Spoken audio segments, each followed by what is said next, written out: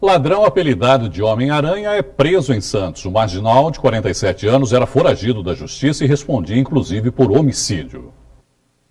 Há quase 20 dias, essa mulher não entra mais na própria casa.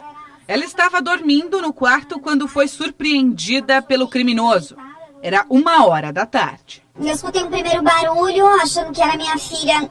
Não dei muita atenção, continuei dormindo. Achei que era a porta fechando. No segundo momento foi quando o ar-condicionado caiu no chão. Daí eu virei perguntando, filha, tá tudo bem? Nisso ele já veio pra cima de mim, o ladrão, me enforcando, pedindo pra eu ficar quieta, não falar nada, senão ele ia me apagar.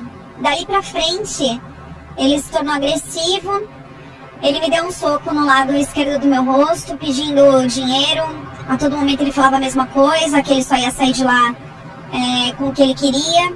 A todo momento ele me ameaçava, ele chutou minha perna, ele me levou até a sala puxada pelo braço. O caso aconteceu na rua José Clemente Pereira, no Campo Grande. O criminoso escalou a marquise até a casa da vítima, que fica no primeiro andar do prédio. Ele levou joias e dinheiro. Usando esse mesmo expediente, o marginal praticou pelo menos outros 4 roubos na cidade. Ganhou o apelido de Homem-Aranha. Essa pessoa tinha diversos antecedentes criminais por roubo, por furto, por homicídio, por porte de arma, inclusive com condenações de 6 anos. Ontem, durante o Jogo do Brasil, por volta da 1 da tarde, Joselito Evangelista dos Santos, de 47 anos, o Homem-Aranha, foi preso em um bar no centro da cidade. A polícia chegou até ele por meio de uma denúncia anônima. O marginal tinha acabado de agir. O incrível é que às 11 horas da manhã, ou seja, 1h50 antes, ele tinha entrado por uma janela de um prédio no primeiro andar e subtraiu o notebook. O Homem-Aranha está preso no 5º DP de Santos. Não é possível que, depois de tantas testemunhas, depois de tantas pessoas ouvidas, o juiz ainda tenha a coragem de soltar ele. Ele é um bandido perigoso, ele não é qualquer um. A gente está falando de um homicida, que é claro que assaltou várias pessoas, mas não é só isso. Ele expõe as pessoas no risco a todo momento. Então, é uma tranquilidade para eu voltar para minha casa, sim. E eu estou acreditando que as coisas vão ser feitas da maneira correta. Uma perseguição policial pelas ruas de Cubatão resultou na morte de um suspeito e a prisão de outros 2. O trio estava em um carro roubado que, perseguido pela polícia, bateu em um poste, arremessando 2 dos ocupantes no canteiro central da Avenida Tancredo Neves. O terceiro suspeito foi preso ainda dentro do veículo. Com eles foram encontrados um revólver calibre 32, uma arma de fogo artesanal e dezenas de munições. A polícia fez hoje a reconstituição do assassinato de Érica de Oliveira. A acusada pelo crime é uma vizinha. O motivo seria a disputa por uma vaga de emprego. O homicídio aconteceu em janeiro, na área continental de Santos. A autora do crime, mais 3 acusados de participação, estão presos. Sob forte esquema de segurança, a acusada Angélica Cruz, o pai, o marido e a madrasta dela chegaram ao palácio da polícia. Familiares e amigos revoltados pediam justiça. Tirar a vida de uma pessoa como tiraram da minha filha, eu espero que a justiça seja feita. Nada trará ela de volta, mas que seja punido. Foi tirar a vida de uma pessoa como tirar da minha filha covardemente, eu espero que a justiça seja feita. Érica Oliveira da Silva tinha 24 anos. Foi morta a facadas em janeiro deste ano. A acusada é uma vizinha que, segundo a polícia, teve a ajuda de parentes para cometer o crime. Um homicídio duplamente qualificado, praticado por 4 pessoas. E, além disso, 2 tentativas de homicídio também qualificado, com agravante de ter participado um menor de 12 anos, que é filho dos acusados. E também, em tese ainda, nós vamos provar durante a instrução processual, que participou, infelizmente, uma criança, participou de forma definitiva, determinante para os delitos de uma forma geral. Do Palácio da Polícia, as viaturas seguiram para Monte Cabrão, onde foi feita a reconstituição do crime. Érica foi morta em uma briga. 2 irmãs dela também ficaram feridas. Foi um milagre, porque o jeito que eles atacaram a gente não era para nenhuma de nós estar vivo. Vocês foram tentar defender a tua irmã? Conta um pouquinho pra mim. Isso, a gente estava recolhendo a barraca de banana, voltando para casa. Elas começaram uma discussão, foi a família deles toda para cima, a gente tentando separar e nós 3 fomos esfaqueados. A minha filha era muito boa para mim, a todos. tinha amigos muito bons e morreu sem direito de defesa, segurada pelo pescoço, por um menor de 11 anos. Eu só quero que o Brasil acorde, que os governantes mudem, que faça alguma coisa, que todo dia tem um assassinato, um atrás do outro, um mais horrendo que o outro. Mas o da minha filha, eu vou correr atrás, todos nós vamos correr atrás para não ficar impune. Nenhuma cidade da Baixada Santista está entre as 44 em alerta para poliomielite no estado de São Paulo. Segundo o Ministério da Saúde, 312 municípios brasileiros não atingiram a cobertura vacinal. A recomendação é de que seja superior a 95%. A lei de uso e ocupação do solo foi discutida ontem na Câmara de Vereadores de Santos. Foram apresentadas emendas que devem ser analisadas até sexta-feira. O projeto pretende, entre diversos outros pontos, ampliar a área portuária para os bairros do Macuco e Vila Matias. Os moradores levaram cartazes, cobrando estudo de impacto da região e acompanharam atentos a argumentação de cada vereador. A oposição expôs preocupação e acredita que a lei de uso e ocupação do solo seja ruim para a cidade. Um projeto que está equivocado, é um projeto ruim para a cidade, porque além de termos que tirar as zonas de amortecimento que induziriam todo o veículo pesado e toda a mobilidade da cidade, do tipo caminhões, para perto da casa das pessoas, nós também temos um adensamento e uma prisão para as pessoas com o aumento do tamanho das garagens, falta de insolação, falta de sol e também falta de oxigênio. Boquinha é um dos vereadores a favor da implementação da lei. Ele concorda sobre sua complexidade, mas rebate as críticas de uma aprovação feita às pressas. Esse projeto já está em discussão com a sociedade há praticamente 2 anos, já passou pelo Conselho, que dá um amparo, que é o Conselho, não são membros do governo, são membros da sociedade civil, e depois encaminha aqui para casa. Maurício mora na Vila Matias há 45 anos e faz questão de acompanhar cada audiência. Os vereadores estão com a gente e se sensibilizaram com os problemas, porque realmente é uma situação que o Porto avançou realmente aos bairros e que isso não aconteça. Seu João mora no bairro há 9 anos e ficou satisfeito com os discursos que ouviu dos deputados. A gente contou com o apoio dos vereadores e do prefeito, eliminando a faixa de amortecimento, que era a grande preocupação do povo. Que vai abalar, que vai mexer com a estrutura das residências, que são a maior parte residências já de alguns anos, e trabalhar com empilhadeiras de grande porte, armazenando containers de várias toneladas, um em cima do outro, isso vai mexer com o solo. Tudo que Dona Miriam quer é continuar morando e trabalhando na Vila Matias, bairro que há 34 anos escolheu para viver. Vai prejudicar, assim, milhões. Os estudantes, com as várias faculdades ali, vários colégios, tanta gente, são mais de 6 mil, mais de 6 mil pessoas morando ali. Ora, não é tão pouco assim, né? Não é para expulsar todo mundo. E vai para onde essa gente? A primeira Mega Sena de férias vai pagar hoje prêmio superior a 21 milhões de reais para quem acertar as 6 dezenas do concurso 2055.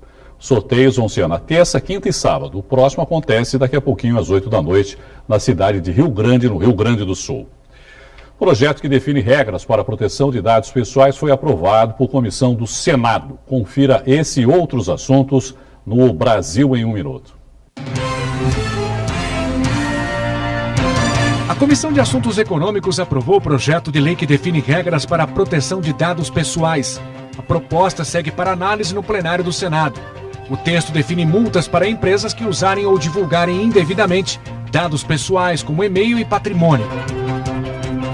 O juiz Sérgio Moro, responsável pelos processos da Lava Jato na primeira instância, disse ter se equivocado ao impor o uso de tornozeleira eletrônica para José Dirceu. O juiz Dias Toffoli, do Supremo Tribunal Federal, cassou a decisão de Moro sobre o uso do equipamento. O ex-ministro foi solto por decisão da segunda turma do STF.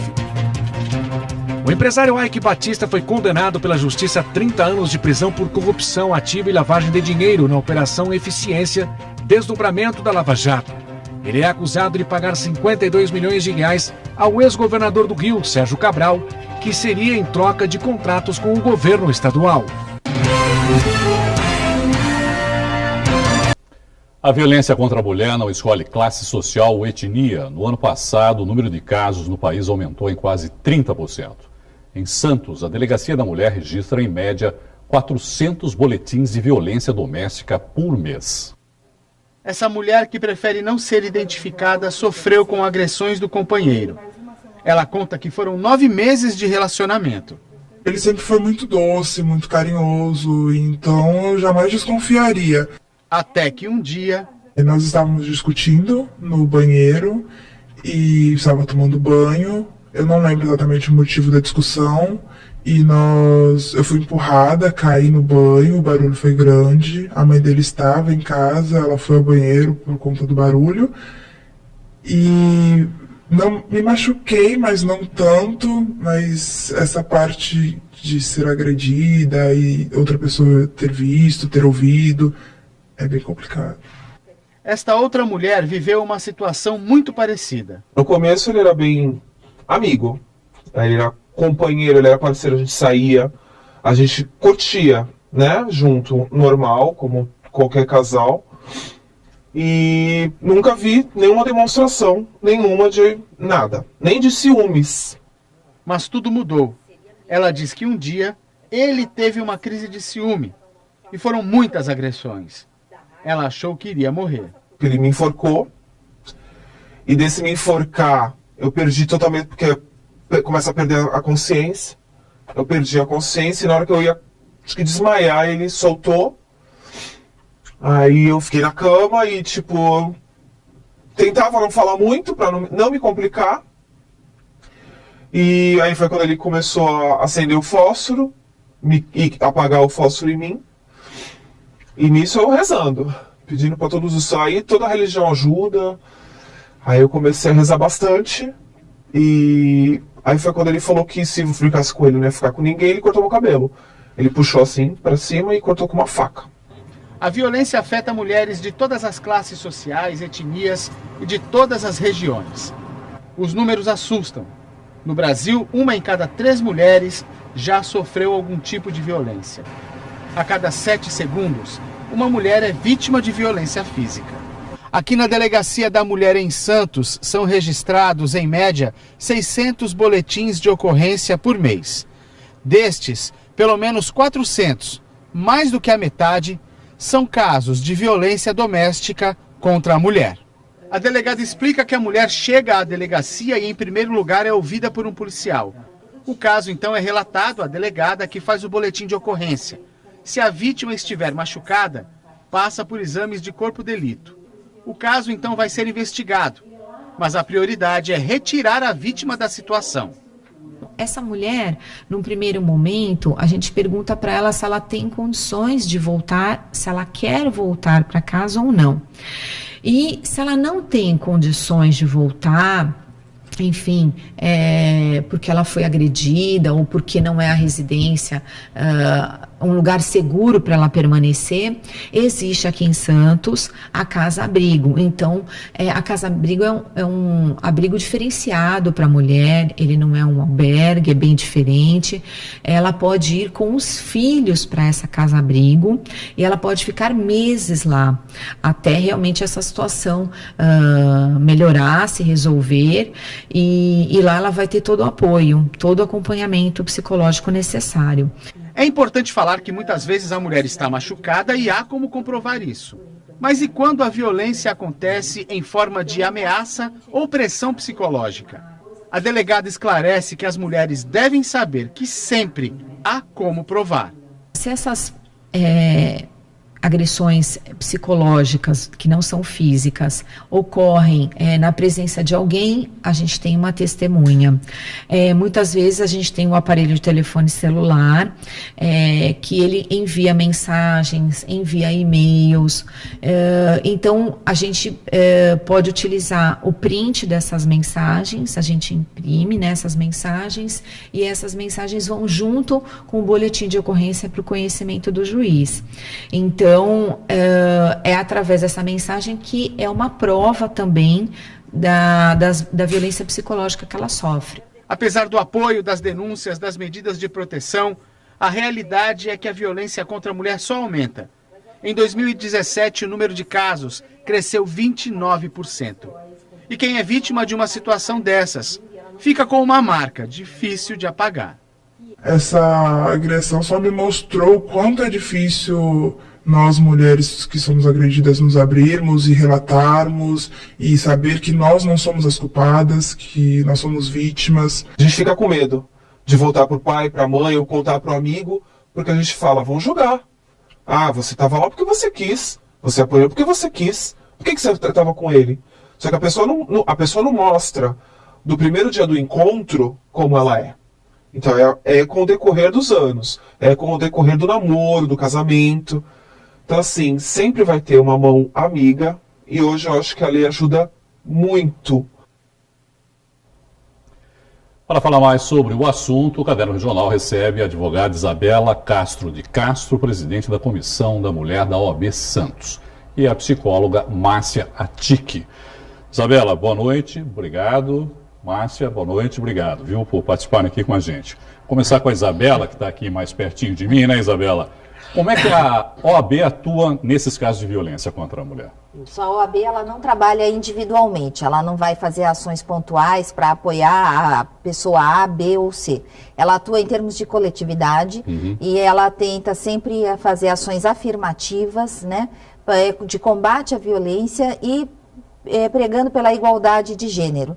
É importante que a gente coloque que é a Comissão da Mulher Advogada, mas ela não é voltada a direitos das advogadas, ela é voltada a direito das mulheres, sempre procurando essa igualdade de gênero, combate ao preconceito e combate à violência. Trabalha no coletivo das mulheres. No coletivo das mulheres, sim. A gente viu ali na matéria que em muitos casos esse processo é demorado no caso de a mulher quando ela quer retornar para casa.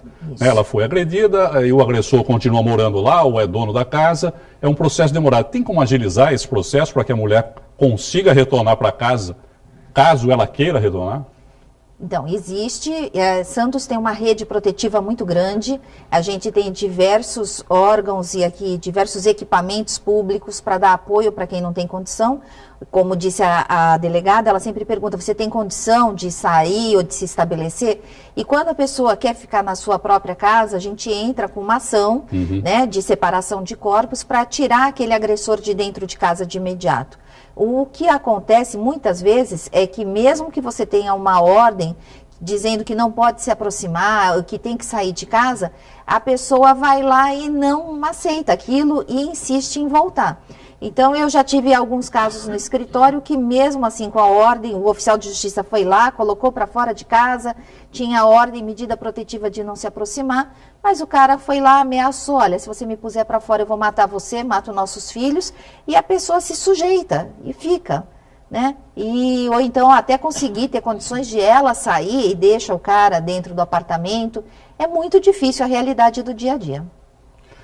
A mulher é vítima várias vezes nesses casos, né? É vítima várias vezes. Ela é vítima na questão da violência física, na violência moral, emocional. É aquele instinto materno sempre querendo proteger os filhos. E muitas vezes ela aceita. E ela acaba se sujeitando muitas vezes por causa dos filhos, na maioria das vezes. Querendo proteger os filhos, né? Não é nem a questão financeira, da proteção financeira. É a proteção emocional, realmente, é um assunto aqui importante, a gente está junto com a Márcia para tratar, mas enfim, essa mulher ela precisa de muito apoio e nesse sentido a OAB está sempre ali disposta a fazer essas ações coletivas, afirmativas, a promover essas questões para se colocar, de dar condição para essa mulher saber quais são os seus direitos, o que eu posso fazer, o que eu tenho a meu dispor, como agir. E para aquelas pessoas que, infelizmente, não têm capacidade de contratar o seu advogado, nós temos um convênio para poder dar advogado de graça. Márcia, a gente estava comentando aqui, né? Na maioria das vezes a mulher, ou mesmo o homem, né, porque também pode acontecer com o homem, não percebe essa violência, né, ou essa capacidade de se tornar uma pessoa violenta antes de iniciar a relação. Normalmente é depois, com o tempo, como nós vimos ali uma das vítimas também dizendo isso, né? No começo o namoro é tudo bonito e tal, depois com o tempo isso vai aparecendo. Tem como perceber esses sinais de que a pessoa pode ser uma pessoa violenta e se tornar uma pessoa violenta com o tempo? Eu vou dizer que sim, mas isso não quer dizer que a mulher é culpada de não ter percebido antes. Claro. Como a Isabela estava falando, as ações delas são muito importantes, porque além de tudo, são informativas. As mocinhas, as jovens mulheres, têm que saber qual é o papel delas na sociedade, qual é o papel numa relação, porque infelizmente, desde sempre e até hoje, as mulheres ainda têm o ranço do excesso do romantismo.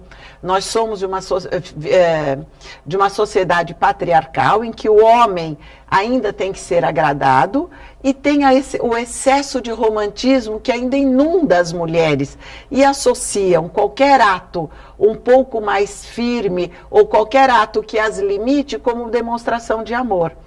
Então, quando eu digo que tem como perceber, sim, quando você conhece um rapaz ou o rapaz conhece uma moça que te põe uma ordem, olha, se você não trocar de roupa, eu não vou sair com você.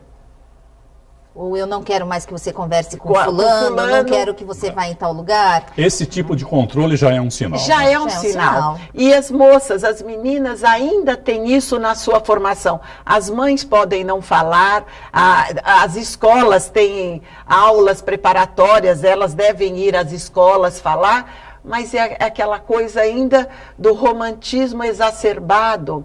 Essa semana mesmo eu fui passar um fim de semana e eu confesso que eu fiquei triste, porque eu vi uma mocinha. É gentileza? Também pode ser gentileza, mas você também percebe quando se torna uma obrigação agradar o outro. Como é que se mede uma relação, a qualidade de uma relação? Qual é o termômetro? É o nível de trocas. Então os agrados têm que ser da mesma medida. Eu estava no hotel, eu vi uma mocinha descer, picar uma mamão, pôr um limão. Dali a pouco chegou um bonitão e ela falou, olha, já preparei uma mamão do jeito que você queria. Confesso que eu fiquei meio triste e meio chocada. É que carinho, é agrado? Pode ser, mas tem tá lá no limite. Exatamente. Que é ali exacerbada, porque a gente pressupõe hoje em dia, se os dois são protagonistas na sociedade, os dois saem para trabalhar, os dois saem para ganhar a vida, então os dois também têm que ser protagonistas no dia a dia da casa. Porque a situação contrária normalmente não ocorre, né? Isso. De o homem, por exemplo, ter o mesmo comportamento e o mesmo tratamento e hoje carinhoso. Os homens hoje já estão preparados, já vê a redefinição dos papéis de homem e mulher na sociedade, não volta mais atrás, mas nós temos um ranço ainda, um ranço cultural, um ranço de educação, e vale dizer que a gente fala muito e apoia e deve falar e apoiar das mulheres, a sua grande maioria vitimizadas, mas este agressor também é uma pessoa doente, sem querer defender, ele é uma pessoa que aprendeu a ser alguém a partir da violência, ele não é amado, ele é obedecido. E a mistura, a confusão entre amor e obediência, ela também tem um limite muito tênue, sabe? Faz tudo o que eu quero, me ama. Não, faz tudo o que eu quero porque tem medo de mim. E acho que também vem de exemplos errados, porque cresce muitas vezes já vendo esse dia a dia e como sendo um comportamento normal e aceito pela sociedade. Então ele replica isso, porque ele não vê nada demais. Eu tenho 2 minutos, então uma pergunta para cada uma de vocês. Primeiro para a Márcia. O que a mulher precisa fazer para tentar se recuperar dessa violência que deve deixar marcas profundas e tentar recomeçar a vida? E é possível elas ter um novo relacionamento? Sem dúvida nenhuma que é possível, né? Às vezes num processo terapêutico, no acolhimento, numa igreja, num aconselhamento, uma delas lá falou assim, a gente tem que aprender que a gente não tem culpa. Então o primeiro passo é ela perceber que a culpa, o excesso foi do outro. E se ela falhou em alguma coisa, porque todo mundo falha, apesar disso, ela não merecia ser agredida. Então, trabalhar a reconstrução do feminino, mas de um feminino que sabe que vale a pena em que ela se alimente dela mesma. Porque também um dos caminhos para a violência é se alimentar do outro.